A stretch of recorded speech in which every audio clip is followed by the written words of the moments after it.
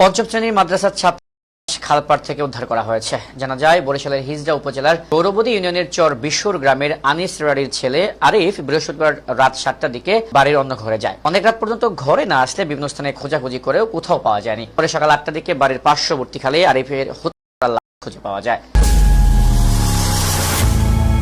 বরিশালে 13 বছরের কিশোরকে লাথি মেরে এবং পর ফিরে দেওয়া হয় খালে।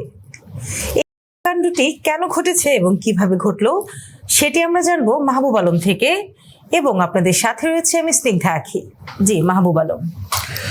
ধন্যবাদ নতুন সময়ের অডিয়েন্সকে, ধন্যবাদ আখি আপু আপনাকে। কি মর্মান্তিক একটা ঘটনা বরিশাল হিজড়া উপজেলা গৌরবদী ইউনিয়নে একটি 13 বছরের এক কিশোরকে 26 বছরের এক যুবক লাথি মেরে তাকে ফেলেছেন। ঘটনাটি ঘটেছে 19 তারিখ গত বৃহস্পতিবার এশার নামাজের পূর্ব মুহূর্তে। 13 বছরের কিশোর আরিফ রাড়ি প্রতিবেশী মোশাররফ বয়াতির বাসায় নামাজের জন্য তাকে ডাকতে যায়। ঠিক এশার নামাজের পূর্ব মুহূর্তে যখন মোশাররফ বয়াতিকে ডাকে প্রথম পর্যায়ে, এই মোশাররফ উঠেন, চলো নামাজে যাই, তখন মোশাররফ বয়াতি ক্ষিপ্ত হয়। এক পর্যায়ে সে নামাজে যাবে না। তখন আবার যখন যেতে না চায়, তখন ওই আরিফ রাড়ি ওই মোশাররফ বয়াতিকে একটা চর মারে। এই চর মারার কারণেই মোশাররফ এতটাই ক্ষিপ্ত হওয়ার কারণে সে সহ্য করতে না পারে, মানে জোরে একটা লাথি মারে তার বুক বরাবর। মারাতে ওই আরিফ তৎক্ষণিক মাটিতে লুটে পড়লে তখন যখন দেখে আরিফ আর নড়ে না, তখন মোশাররফ তো ভয় পেয়ে যায়, ধরে তার টানা হেঁচড়া করে পাশের খালে তাকে ফেলে দেয়। কারণ মৃত্যুর ভয় তো সবারই আছে জানেন। তখন তাকে ফেলে দেয়। কোনো রকম রাতটা পার হয়, আরিফ বাসে আসে না। তার স্বজনরা, আত্মীয় স্বজন সব খোঁজাখুঁজি করতে করতে শুক্রবার সকালে 20 ফেব্রুয়ারি সকাল 8টার দিকে পাশের খালে পড়ে থাকতে দেখা যায়। স্বজনরা তাকে যখন খুঁজে পায় সকাল 8টার দিকে, তখন তারা নিকটতম থানায় তারা ফোন দেয়। সহকারী বরিশালের পুলিশ সুপার তারেক আমান বান্না ঘটনাস্থলে এসে পৌঁছায়।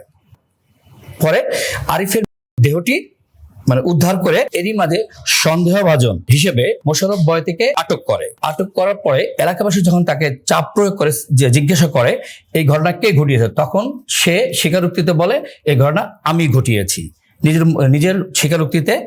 তখন পরবর্তীতে পুলিশ তাকে আটক করার পরে পুলিশও তাকে জিজ্ঞাসা করলে তখনও স্বীকারোক্তিমূলক জবানবন্দি দেয়। পুলিশের জিজ্ঞাসাবাদে মোশাররফ জানায়, পুলিশ জিজ্ঞেস করে, আচ্ছা এই হত্যাকাণ্ডটি আপনি কেন ঘটালেন? তখন মোশাররফ বয়াতি বলে যে কয়েকটা দিন ধরে আমার শরীরটা তত ভালো যাচ্ছিল না।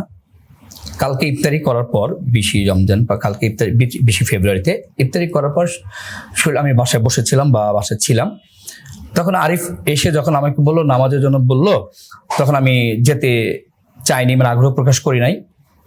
তেমন অবস্থা আরিফ কি করছে, আমাকে একটা থাপ্পড় মারছে, চর মারছে। তখন আমি জোরে একটা বুকে লাথি মারতে এই লাথিতে তার হবে সেটা আমি জানতাম না।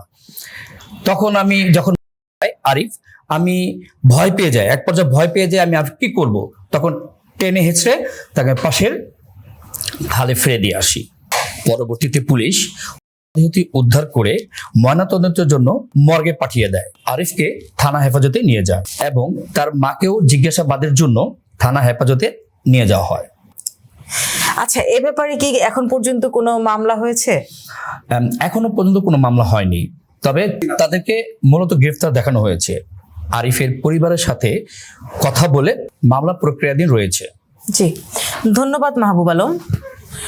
ধন্যবাদ দর্শক এতক্ষণ সময় আমাদের সাথে থাকার জন্য।